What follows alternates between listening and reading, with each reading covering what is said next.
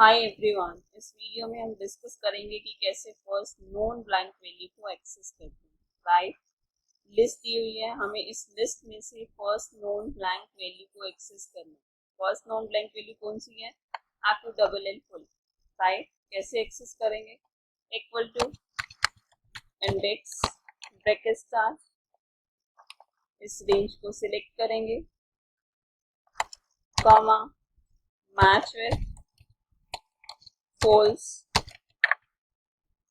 Comma is blank function. Is blank function कैसे काम करता है? जब सेल एम्प्टी होता है तो ट्रू रिटर्न करता है, और जब सेल एम्प्टी नहीं होता है तो फॉल्स रिटर्न करता है। Right, bracket start, select this range, bracket close, comma 0 for exact match, bracket close, press control shift enter C. Right,